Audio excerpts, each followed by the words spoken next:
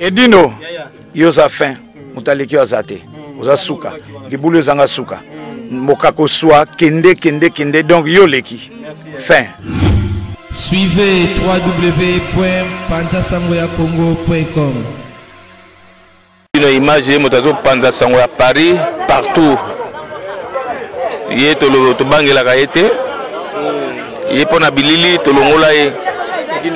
Edino image Panza Sangoya RDC, Panza Sangoya Congo Kinshasa. Edino image kitoko. Edino image Panza Sangoya Congo. Edino image. Edino image. Bonsoir ba image. Au anniversaire fête Edino image. Edino image ata moto tenga makokamwa. Edino image Panza Sangoya Congo. Talaka. Ouanga bien. Edino image. Panza Sangoya Congo Edino image. Sangoya Congo epanzana pa wapi? Toana TV moko Panza Sangoya Congo Edino image. Kitindindi chakudidi so taite ba chekai. Merci Balandi ya www.panzasangoyacongo Balion de la presse nyonso obokolo nanga na moment oyo vraiment lelo tuzana masolo ya motuya oyo eza ko intéresser mutu nyonso oyo eza ko toucher mutu nyonso parce que lelo toyedika ke maladie ya diabète eza bongo na ba mikolo kasi na bana pe ezali yango bozomona mama oyo bozomona liboso ya télévision na bino yende azali responsable ya bana oyo bakobela maladie ya diabète na mboka Kinshasa mama na kombo ya Marlène. Alors poto banda masolo na biso tuzo banda kopesa mama mbote po yende mutazana makambo nyonso oyo akoyebisa biso boye cité pété soki bozana muituna botuna Guilain Kafuti vraiment na peso bambote personnali meka ko doser muke et osala moi bien parce que ba landi ba kolanda biso na moment oyo tozana plateau na bina Panza Sangoya Congo. Alors maman Marlène, bonjour maman. Bonsoir. Oui, bonsoir maman. Bonsoir à tout le monde qui nous suit. Bonsoir. Oui. Alors maman Marlène, bande ko ba kolanda na minute bani ba yeba maman Marlène alingi alobela biso nini parce que la mingi ko solo na bango muke makambu ya responsabilité aux anango pour na bana. Alors maman nalingi yo moko oyebisa bande ko so ba kolanda biso na maman oyo ozanani osalaka nini pona bana oyo bakobela maladie ya diabète na mboka Kinshasa.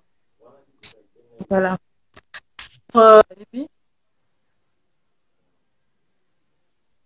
Donc naza responsable ya association Espoir d'aujourd'hui. Oui. Espoir d'aujourd'hui ce qui fera plus na bana oyo bazobela diabète justement na organise bilan de santé na bango chaque année. Oui. Voilà.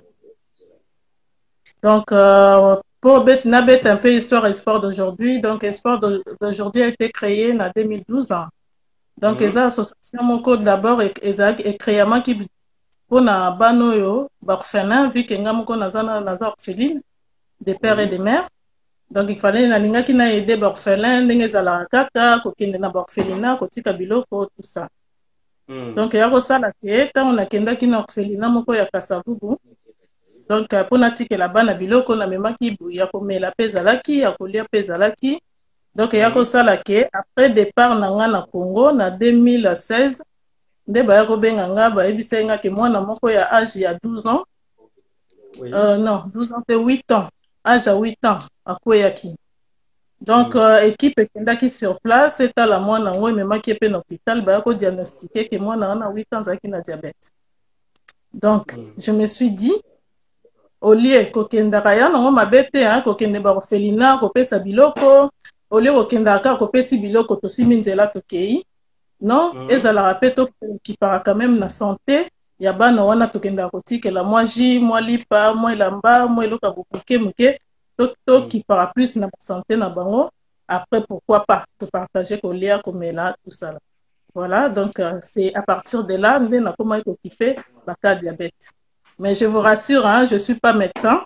Naza na milieu médicoté, mais nazo travailler en collaboration avec infirmières, médecins, bazananga. Donc, de ce côté-là, il n'y a pas de souci. Maman Marlène nene ba makanisi nini pene zwaki yo o banda ko s'occuper na bana ya diabète parce que toyebi ke quand on lobi ba association mingi zawa ezaka ba s'occupaka mingi na ba orphelin mais yo pene ozui pene likanisi osungaka bana oyo bazobela diabète. Alors oye oza médecin te mais oza quand même na moi comment oza quand même na allô oui dans oza médecin te mais oyeba quand même moi masolo soki ba médecin ba sali ba analyse na bango après ba yebisi yo lelo ne oza wana okoyi ba pe soki mutana diabète. Bon, de toute façon, tout ça se passe par un bilan de santé. Ouais. Donc, pour ça, sa prise de sang, à partir de la prise de sang, maladie ni nous en à partir de la maladie, on va diagnostiquer maladie aux anangonde, après, ils ont suivi des traitements, il y a maladie. Donc, il y a un engagement à partir de moi, on va diagnostiquer un hôpital basalier. Examen, à partir de l'examen, on a un diabète. À partir de moi, on a une initiative pour organiser un bilan de santé na bango, il y a un diabète, il y a un niveau de sucre na bango. Comment faire pour passer à bango traitement ou les adapter à la situation de santé na bango. Donc à partir de moi, on a un peu niveau santé na bango. Voilà. Est-ce que oza quoi arriver aussi na ba au salon na propre moyen na yo to eza na bato ba kusunga yo pembeni? Bon, on peut dire dès le commencement eza ba propre moyen na ngamoko na zo changer. Après na organisera chaque année un gala de charité Miss Beauté Intello. Donc à partir il y a ba billet on a teka billet d'entrée et permettant quand même na en charge quelques bana. En fait bana baza ebelé. Après, l'association associée comme les femmes actuelles, 9-4, en tout cas, quand même moins contribution na bango. Parrainage, en fait, il a lancé qui opération parrainage, bilan de santé, un enfant, ça coûtait 30 €. Donc, l'association et parrainage qui, en tout cas, bana, a pas mal d'associations, parrainage qui quand même bana, et puis, il y a un nombre, parrainage qui bana, et ça là qui est s'occuper quand on a 20 bana. Donc il permet qu'il y ait un mois de mars, donc on a effectué qui bilan on a le 23 mars de cette année. Donc pour nous on a autre chose on a qui nikalate. Donc on a effectué qui bilan on a de santé, donc il y a pour ça là que moi on a lancé na Facebook on a perdre Miss oiseau mon a sous-souté. Donc, à faire partir d'un groupe, on a sali ça qui bilan de santé, on a quelqu'un qui n'a pas dans le mois de mars. Voilà. C'est quoi, c'est un traitement pour moi, on a retrouvé Missunaye? Non, en fait, moi, on a un négligent qui est un peu, aussi, on peut dire négligence, un négligent qui est un peu suivi à traitement. Parce que tant aux gens à diabète, il faut vraiment suivi l'ango. Déjà, niveau alimentaire, niveau d'insuline, on a diagnostiqué si on a type 1, type 2. Donc, niveau de traitement, il y a une séance, il y a expliquera comment faire, expliquera de la diabète, comment contrôler tout à sucre. Donc, tout ça là, expliquera moi, on a un négligent qui est suite à manque de moyens. En tout cas, il y a un moyen, il y a un poto, il y a une prise en charge. Par contre, na kini bana wana nyo surtout baza na prise en charge té. Donc c'est-à-dire que tant lelo aké pas médecin, il faut mbongo. Ce qui mbongo ezate, moyen de traitement ezate. Bon, après bana wana nyo surtout baza famille très pauvre. Tant on a zolo ba pauvre vraiment parce que ba koko zo $1 lelo. Siko azotala na $1 wana. Est-ce que na somba qui sou bien alia? Donc, à peser entre deux choses, à battre du coup, nzala, il faut nalia. Au moins, on a négligé côté traitement. Bon, bisa to bien en négligence, mais bango ils ont négligence, c'est un manque de moyens, et ça permet de traiter à qui nous reçoit traitement. Donc, ça là qui est, tout ya sucre ya moi nane mata qui penda likolo makasi, et roboma miso na minute au moins na te on peut dire que a commis aveugle. Donc denga comme aveugle les osenga opération ba opérer miso. Donc vu que nga de aza déjà na charge na biso aza comprise na bana o biso tozo ki charge. Donc yango moni ke to lancer appel wana to aider tina suka donc to ko abandonner na nzela te. Donc to aider tina suka yango na lancer ki appel de fonds na site na page nanga il y a tout ce qu'il faut. Donc ce qui moyen zali ko sunga mwana na opération zo coûter extrêmement cher. Et puis non seulement opération, après l'opération il y a une suivi parce qu'il faut reprendre l'école. Na photo ezali donc même ndako bazovanda eza vraiment adapté te na santé na ye parce que moins de pota bana diabète et si la raté. Donc tout ça là il faut vraiment, ça demande vraiment des moyens pour na kokoka ko survenir. On a besoin il y a jeune garçon on a 22 ans, il a que 22 ans.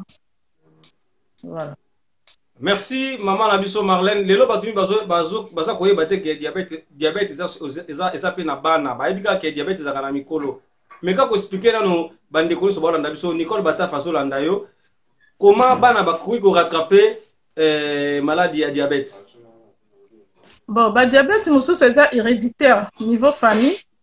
Oui. Musu c'est malnutrition. Donc façon alimentation na bango kolia na bango ils ont contrôlé n'importe comment, trop de sucre. Donc, on a vu que ça sera pas examiné. On va éviter de sucre, qu'on mélange à faire tous les bilots.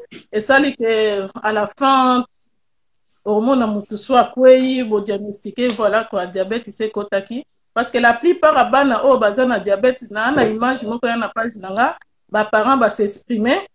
Donc, le diabète, mususu, est héréditaire. Donc, il y a une famille. Donc, on n'y peut rien. Donc, mususu, est malnutrition. Donc, au niveau contrôle, il y a Rolia. Voilà. Merci, maman Nabiso. Papa Nabiso, il y a des salingaïba.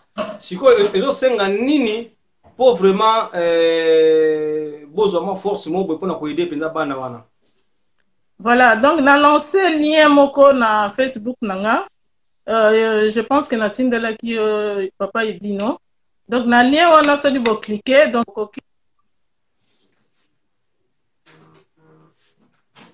vous comprenez les réseaux réseau qui m'a moi muke. Voilà. Na lien on a mutunyo so azo oya mutema ne touché ye. Ah, aidez-moi, il a que 22 ans. Il faut continuer l'étude à 4 études pour moyen mon analyse ces athées. Beaucoup participer, beaucoup foot directement pour payer à moins 1 euro, 2 euros, pour ce là. Pour justement aider-moi, donc le lien par carte bleue, vous pouvez payer directement. Le lien que ça la bonne pour trace éthique là, parce que c'est vrai que n'a pas retour, voilà, biso to paye ça tout le monde j'aimerais bien que ba trace éthique à la qui m'appelle ça qui m'bon na ye évolution pe ya moi na juste Congolais nga komona ti ça ba moniter bon maté bon c'est un peu triste hein, c'est un peu triste bon na okota trop na ba côté wana te mais to sunga mwana wana azana no mwana mupie zo senga maman na ye aza très pauvre donc suivi en fait le programme est aboyé ce qui les autres côté ko sunga mwana wana et que amoni il faut reprendre ma classe. En même temps, on reprendre ma classe, il faut to sunga maman naye parce que nga moko na okokate na landela kotindela ke bambongo à chaque fois ko lia banini non. Il faut tolingi to tia maman naye na commerce parce que ça na papa taza orphelin.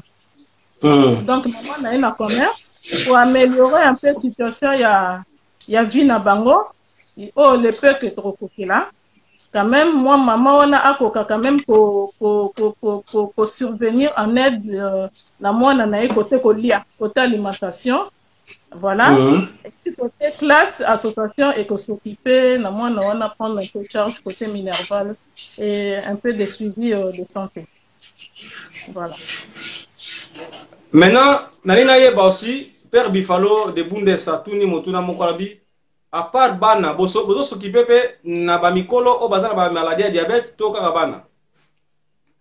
Non, en fait Nga personnellement nalingaki na s'occuper de bana parce que tant on a kendaki première fois kopé sabadon médecin eza pe na ba image na otindelo médecin ya hôpital de campus parce que naza partenariat na hôpital Mwamba l'université de campus de Kinshasa. Oui. Donc ayebisaki nga survie ya mwana diabète na Congo ya mwana mukie eza 5 ans. Ceux qui ont maltraité. Donc, moi, on a collé 50 et faut faire. Donc, il y a un moni na mi pesa qui trop côté bana mais ba mikolo bazali ndeti na bilan on a sali ba mikolo pe ba participer qui mais c'était plus pour les enfants. Donc, là ba mikolo mais eza que manque de moyens parce que l'examen na bango eza très cher. Alors niveau association na me comme na niveau te que en charge bana nyonso ou bien ba maman nyonso tout. Nazana ba maman o ba to lele langa na utikin na simananga na tiki 4 maman vraiment ton abanga sucre qui vraiment likolo et puis bazo senganga ba pareil donc je pourrais pas tout faire donc je préfère na sungana no bana parce que les enfants c'est l'avenir de demain omoni donc sinon to qui parapé ba mikolo mais ça dépend des moyens autres non voilà. Ça dépend de moyen bozalango. Alors, soki lelo batu bazana ba kisi na banda kuna bango to na ba biloko moko eza ekoki kosunga bana wana bakoki koya komona yo. Bien sûr, on a toujours besoin des médicaments, peu importe. Mais plus on a besoin, il y a ba appareil, plus appareil, ba insuline, ba bandelette. Donc, on a des primordial pour mesurer taux ya sucre. Pour moi, na temps sous pas bima de classe, atikali quand même yé moko kota la taux sucre né est-ce que ça likolo aye bandenga ni na kolia pour à stabiliser situation de diabète na pour akende pe azonga bien. Parce que tokuta na pe na kamoko boye mwana moko abimi sans alia taux sucre za ki romata abimi akwei. Après, bon, on a tout le bagage, tout le bélan, autre mais baka on est à trop, et belé. Maman Irène, Maman Irène Moutou, à tout le monde, à l'ingéba, est-ce que au quoi yeba pe ba effet à diabète? Bon, ngande le tosola qui naza médecin te, naza petro médicoté. Na moi connaissance aux anango. Au quoi yeba moi mouké aussi. Ne va expliquer qu'il y a effet à diabète zaboye, peut-être moutou pas si, peut-être liboumo pas si, peut-être kokoya, peut-être comme ça. Oui, bon. Voilà, bon, nakoko expliquer comment na moutou a lembi. Bozaki qui n'est bien solo la lembi. Donc, ba vertige moi moukié. Donc, moi on essaie quand même pour tester quand même au niveau ya to. Balandi pendant ça moi Congo bo comprendre les réseaux na ezabo mke mobulu pesa zali Pichu Masamba merci vraiment na ndengo zoko landa biso Roger Kabeya merci papa landa biso eza masolo mo très important na lingai bo benga bo tu na ba question na bino mais nazo mona mutu mo zo benga te vraiment bomoni maman Marlène yi aza responsable ya bana oyo bazobe la malade ya diabète na mboka Kinshasa vraiment ya s'occuper na bana potebi mingi bazaka ou association orphelin juste occupé sa boka biloko balié c'est tout na bilamba mais bana oyo bako bela suivi na bango ils ont coûté cher vraiment to hésiter ceux qui te sont quelque chose to aider ndenge maman astelien na yewana vraiment papa Ika Deluxe na biko ozala monter mama la mingi maman Eugénie mité mama la motonda bino vraiment bino bosungaka nazo kotsa mama bino bomesana bosunga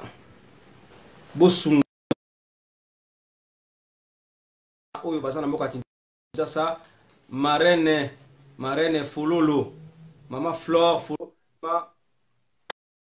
bosunga bana mama Koti oui mama tozo kayo oui donc un peu beaucoup de faiblesse donc moi ozomona mutalembi ba fatigue ba vertige donc que vous avez tension qu'on vérifie tension et puis qu'on vérifie toi sucre ce que ça ou bien ça comme voilà Merci balandinyo sobo ko na biso vraiment maman na biso aza ye moko to sungaye parce que likanisi o azui ezana batunyo so bazwango te likanisi o azui ba maman na biso mingi basali ba ONG na bango ezaka juste pour na ko aider ba orphelin pour na ko aider ba juste mingi ba orphelin ka soto landeli penda ba ONG ezana mboka France awa o bato bazana ngo ezaka pour na ko aider ba orphelin. Alors maman na biso asali azui likanisa bien ya ko aider bana oyo bakobela en tout cas pona ko sauver bomo ya mutu yango mama na ko sala vraiment na yona sengi na Nancy soki penza quelque chose ya li bo sunga bana papa yika delis so quelque chose ya li asengi ba pareil asengi ba na mbongo aussi ya mbongo c'est très nécessaire pour bana na baliaka na limite ke bana wana na mboka Kinshasa na nzala oyo ezali ba ko contrôler sucre na bango mais na ngolo nkolo bazoko ko contrôler ba sucre na bango vraiment to sunga pona ke musika te mama na so Marlène na mboka Congo kuna est-ce que bozana mo place moko bana ngo bazalaka to bokendaka kolanda bana bandako. Bon, on a un partenariat justement dans l'hôpital Moamba et ça se trouve dans l'université de Campus. Donc, il y a plus dans l'hôpital pour rencontrer Bana parce que chaque jeudi, il y a une séance d'information, apprendre comment contrôler le sucre, tout ça là. Mais après, on a outil tout on a parents, on a organisé le bilan. Puis, Tokabola qui va m'appuyer en même temps, de partager un repas ensemble. Donc, on a fait un débat ensemble. Donc, tu dois comprendre que, voilà, bana baza maladie, les parents peuvent rendre bango maladie parce que la situation est une catastrophe. Donc, il y a un moni, vu que moi, je dois en charge, bana nyo sezate, donc, tu as cas grave, tu as un mono à koufimisu, tu koma kiti place à Fandaka. Na te moi ba image na Facebook nanga bon na ebité ba to soki baza sensible mais moi j'étais c'est vrai que na kutana na bana parents na mwana mais tant on a moni ba image les sous je sais pas je dors même plus parce que c'est choquant voilà donc nazo senga mutunyo soto otala image wana ata 1 euro pamba atia pona mwana na a retrouver vu na ye nanu. Après le reste, il y a situation totale. Après, d'abord, le plus important, mis quand même, et mon parce que ce mis saison mon athée, moi au sala, exact. Donc, maman, on a condamné les lots, accompagné moi na partout au Yorokende. Donc, maman, elle peut plus rien faire. Donc, azo accompagné moi na partout, azo kende. Donc, jeune garçon, à sa komoko là, il faut s'occuper quand même na maman, papa, à la rassouter. C'est une situation très difficile. Voilà.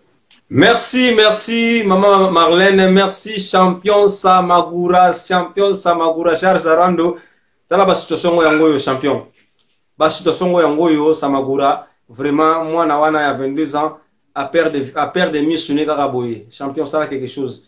Au Tembo, à Kinshasa, au Monaki souffrance à Kinshasa, Ndengeli, champion Samagura, vraiment, tout sunga, bana, oyo, bana, koube, la maladie de diabète, Namboka Kinshasa. Responsable na bango ozomo na maman Marlène azuli kanisi ya kosunga bana wana mais azaka ka loboko moko champion Samagura Charles Arando vraiment na motema malamu zaka nango na motema munene zaka nango ya kosalisa tusunga vraiment et osala bien makasi mwana wana jeune garçon na ya 22 ans a se retrouver vie na misu na ye parce que et ça peut na passer le lo so taliba ONG mingi ya mboka France ezaka ya ba orphelin ba orphelin to boité ba orphelin baza bato baza na force ba osala makamnyo so to oyo munyo so salaka o pesa ye bilambo pesa biloko olia mais bana o bakobela lobi akokufa na yepe mais maman Marlène azuli kanisi ya kosunga bana wana po ba trouver ba vie na bango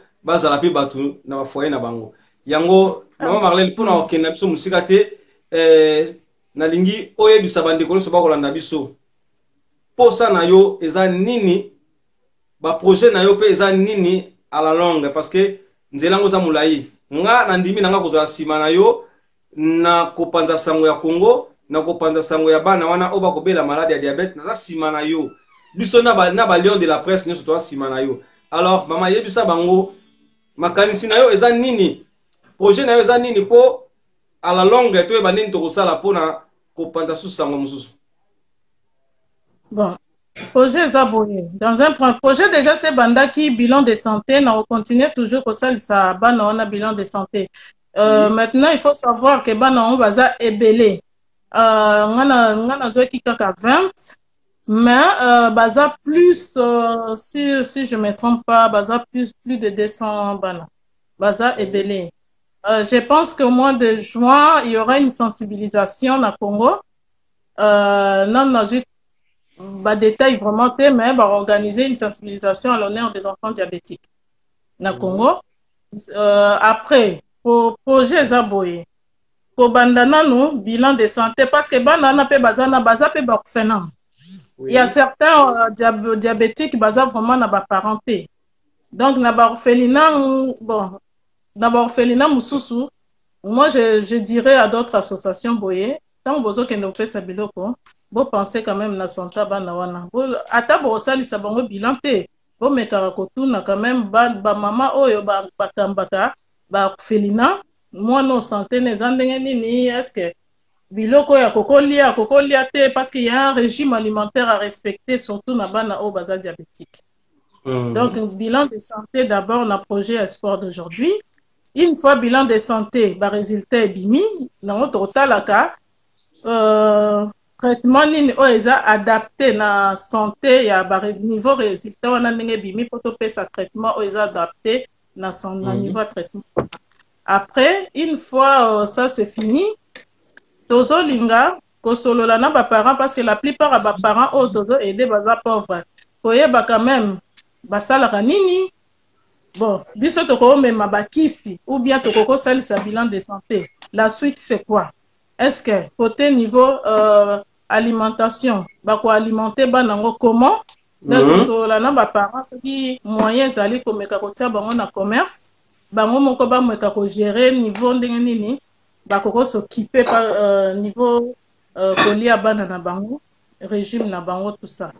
Après en même temps aujourd'hui là l'espoir d'aujourd'hui à Sombi terrain na terrain wana toningi totongisa un laboratoire justement parce que l'examen na bango tozo futa bambongo par-ci voilà.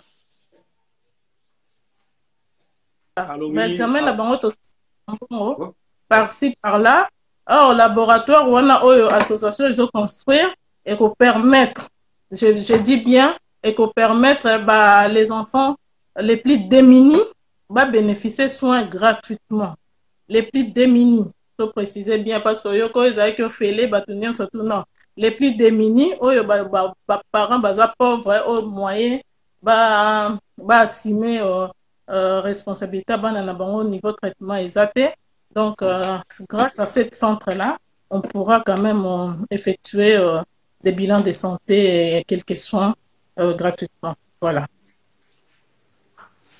Bon, to comme na suka ya masolo na sopo na kabwana biso vraiment bande konyo so ba mama les haute gamme na moni bino bolanda biso ba mama ya 4 saisons nazo lisali 4 saisons bolanda biso ba mama 9-4 bolanda biso vraiment na lancer appel na bino nyonso bosunga bana bosunga mama na biso Marlène botia yi maboko ba association eza belé na mboka ya Paris awa na mboka France auto komona ba soirée par-ci par-là. Vraiment bon meka ko penser aussi na maman na biso Marlène botaye toujours le boko parce que pour charge oyazui eza tellement munene akoko supporter oye mokote champion Samagura charge Arando vraiment to senga bosenga na bino papa Yika Delis Marraine Fololo to senga vraiment le sungi na bino onyo so bolandi émission oyo boluyoki maman na biso ndenga lobi pona bana vraiment bosungaye bosungaye po ete akoka ko sauver bana wana oyo bakobela malade ya diabète financièrement en tout cas et nous malamu mingi parce que bana wana bazuzo bakisi bazape na posa ya kolia vraiment bosunga mama na biso lilo basuka eza nini poto ka bwana biso.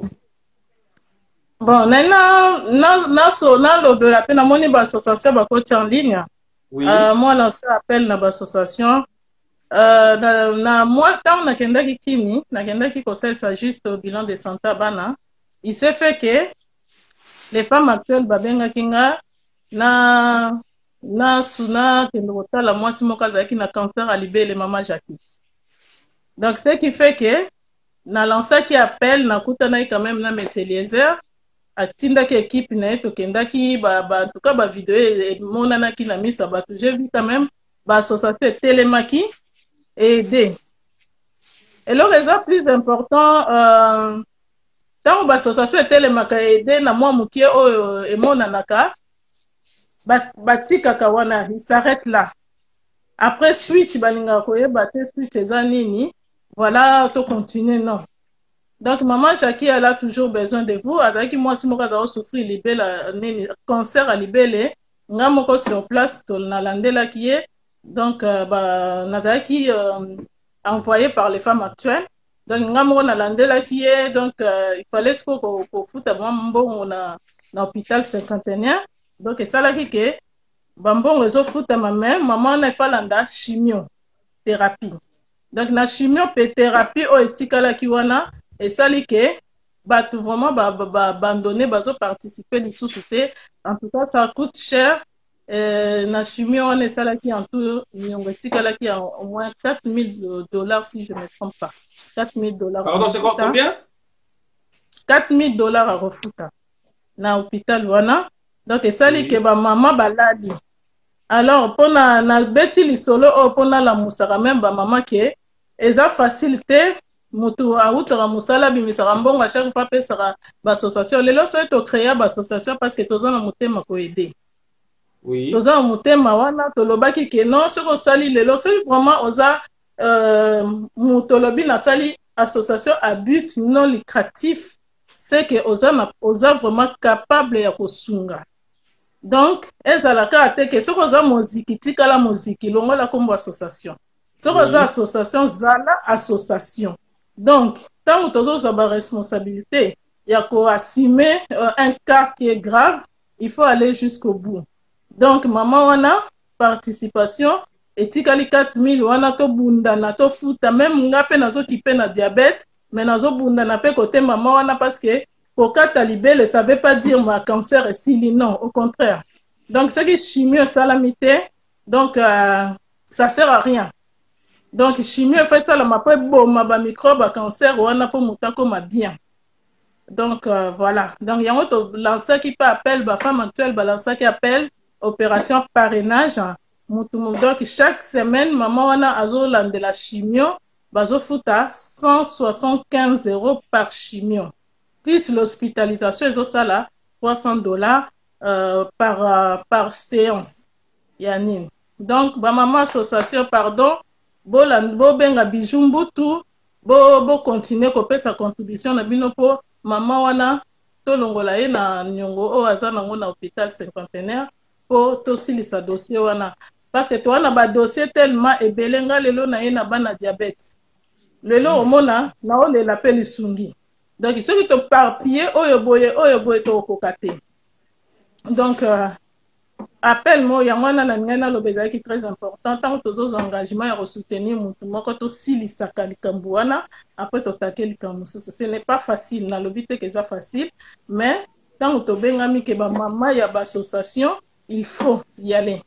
Donc, dernièrement, nangezali bon, na zongi na diabète, donc to lancer un lien, ce lien-là, vous pouvez cliquer justement pour vous ça don il y a 1 €, 2 € pour tout ce jeune garçon là, à mon n'a pas répondre d'habitude normal et tout son famille. Voilà, merci beaucoup. Merci maman Lapso Marlène, vraiment la CP Liming nanet de solo li ba maman ya moziki, botika la moziki, ba maman association, botika l'association. Alors, ba maman ya moziki boy ba appeler osunga, moziki pesa pe zo futa pe. Et puis, maman association, oui, tina nini busala ba association wana. Vous appelez moi bénéfice na mino obolandela na carte association wana. Donc, ba avantage besoin nango, en tout cas, bokanga maboko te bofunga maboko, bo aider bana. Et puis nandi kuna so maman so bazana cancer à libele, atikali na nyongo. Sans biso ba diaspora, to éviter parce que bobi mboka Afrique, mboka Congo ndenge zali na souffrance nango. Merci grand frère propre Dino Vango. Merci Papa Ikadelis. Merci MK. merci bandeko nyonso balandaki biso 5 étoiles de love, étoiles d'amour. Merci na Gisèle Eumba, le véritable diamant noir. Merci na Baléon de la presse nyonso obokola na biso na moment oyo na ba association nyonso obokola na biso ba femme actuelle, ba femme de valeur, ba femme responsable, ba 4 saisons, eza tellement 9 4 tellement eza ebele na pesi no mbote pesi boali boyamba masolo oyo na motema moko boyede bana soki bokozana makoki ya koyede boyede. Merci maman na biso na biso soko opesa moi batu na yo moi muke bambote après to kabwara biso Karine Kaya. Oui, oui, Karine Kaya, femme d'affaires. Bonsoir à toi. Florence Bandou, Emenea. Merci pour la contribution. Bijumbutu, il y a déjà Batubasi va contribuer pour moi on a Koufimiso. Donc Bijumbutu, merci pour la contribution. Maman association pour l'embate, on est ensemble. Binonio Sabambo, Tebozatel, ma ebele 9-4, maman 4 saisons, Bozatel, maman ebele cri de mer, la bonne sanité. Donc merci. Donc tous la contribution la bino. Et donc Pombo Cannabiso Kendeliboso, parce que ce rose est la cas politique. Oh politique, il faut. Batubazolo bon quand musala wana ko aider eza pona ba politique biso to ba politicien te toza ba association à but non lucratif to portera aide ya bato yo bazan nango besoin. Donc to lembate, courage à vous tous, un grand merci à tout le monde. Popol Mukelenge, merci, publicité zoleka bien, Poison Mobutu, notre artiste, merci beaucoup na contribution na yo. Donc il y a quand même pas mal de gens et Eddie No Image, merci na émission Nzamba Pambola. Merci, merci. Bon, en tout cas, maman Abiso, tout le monde a dit Mbalasima na Masolo Moussous. Okay, ça va bien? Beaucoup. Merci. Merci. Merci. Sur le moment où il y a 5 étoiles de love, étoiles d'amour. Merci, maman Abiso, Jeannette et Malangi, Oyo Tikaka, Edino Image, vous aurez toujours derrière. Andra Moseka, Mayindo, merci, le mannequin de Paris. Guilhem Mayindo, merci. Papa Ika Delis, Papa Ika Delis, Tikaka, Edino Image, derrière Edino Image, merci. La personne Bambo de Pessoali. Maman Eugénie, la personne Bambo de. Maman Flore Fololo, joyeux anniversaire encore. Et aussi la rare attention continue. Faites qui toque, maman. Vraiment, mon kakozo Kenabe Liboso. Merci, Nabalion de la presse, le 25 mai, Oyo. Toujours fêté un an, Balion de la presse. Alors, on appelle si invitation à Bandeko Nyonso, Obolingara, Bandeko Nabino, Oyo Bapanzara Sango ya Congo. Vraiment, tant qu'on fêté un an, Nabiso, Toko Kata Gâteau. Toko Kata Gâteau, Toko Mélamon Champagne, Deng Zalaka, 45 artistes, Nyonso, Oboza disponible. Na jour le 25 mai na ba partir à 16h ti likolo tous ensemble to lia to mela ensemble na bino parce que tout ensemble na bino longo. Merci, merci, merci Vision News TV, Edgar Mokonzi. Merci Churambo Malembatable, les King. Merci champion Chura, merci. Charles Arando, Samagura, Samso Samagura, merci. Na peso mambote paswali. Vraiment, Nkolo Abate la biso, Nkolo Sunga, apesa biso makasi toujours. Tout ça la musala elengi boye, musala oyo eza ko édifier batu, que tout ça la musala oza tout le barba n'importe quoi. Merci vraiment Nkolo Asunga Abate la, tout monani Mbalasima. Ciao ciao. Patrick Malovengi, Global PM Service, Claude Loukeba Kweno, l'homme de jugement par défaut. Merci. Ciao. Donc Paris, Belgique, Suède, partout Allemagne. Genre c'est global et PM Express. Ya Yemeye, Patrick Malovengi. Des logis à Moko. Hein? Donc agence il y a fret. On a bateau, on a avion, on a Global Express. Baki funa nyoso na lokeno na Angola. Soki na na contrat na agence minene te ekokende Patrick Malovengi. Vraiment, l'économie sur Congolais, il faut tout promouvoir. Par carton, par conteneur, par valise, pas mal, même bongo. Kolukano mindonote. Maman le global PM Express. On bise toujours artiste Oyo. Il nous a toujours battu bazar à l'idée sur le Patrick Malovengi. À heure d'ouverture, la chose à de lundi à samedi, de 9h30 à 19h30. Kinshasa, Brazzaville, Angola. Donc, Patrick Maloveni Rara, il aura tout. Au Day, au Fred, au Nangola, na Congo Brazzaville, na Congo Bisomoko, RDC Loma Makasi. Oh nyonso, alingi, atinda biloko, koluka mundondo te. Tokutami awa na Global Express, Patrick Maloveni. Frais aérien, maritime, téléphone, Edino Image, au Kozwa. Yeza Kaka, au Pessi, au récupérer la Kinshasa, Patrick Maloveni. Global Express, bonne adresse, il n'y a pas de Mindondo. 25 rue Léon 75 18 Paris, métro Château Rouge, même métro Macadé. Poussa na Global Express paye avant d'idéologie en voilà. Vive l'agence Global PEM Express Patrick Maloa Vengi. Global Express, ils ont aidé la population congolaise, communauté Nabiso en France, pour la reçu la dévolution basée à l'étranger, précisément à Congo, Kinshasa, Angola et Brazzaville. Nous avons toujours été dans la colis, nous avons fait par conteneur, le fret maritime, dans les fret aériennes ou tout dans l'avion. Le team pour la petite colis, la colis express, ou cela va des jours. Et ce qui est à Wanate, on a un service funéraire. Au cas où j'ai problème à décès, pour hésiter, comment on a mis au fouti à la poto, au salut maramion sur la kin, la ndenge et abisso batapoto, au l'équipe agence, au jus DVD nayo, au mono ndenge prestation et les kaki nakin, selon goût nayo catalogue des alliés. Donc fidélité à mourir, au tien l'élo, aux huiles l'élo. Vitesse de diffuser. Global Express, bah côté les masses.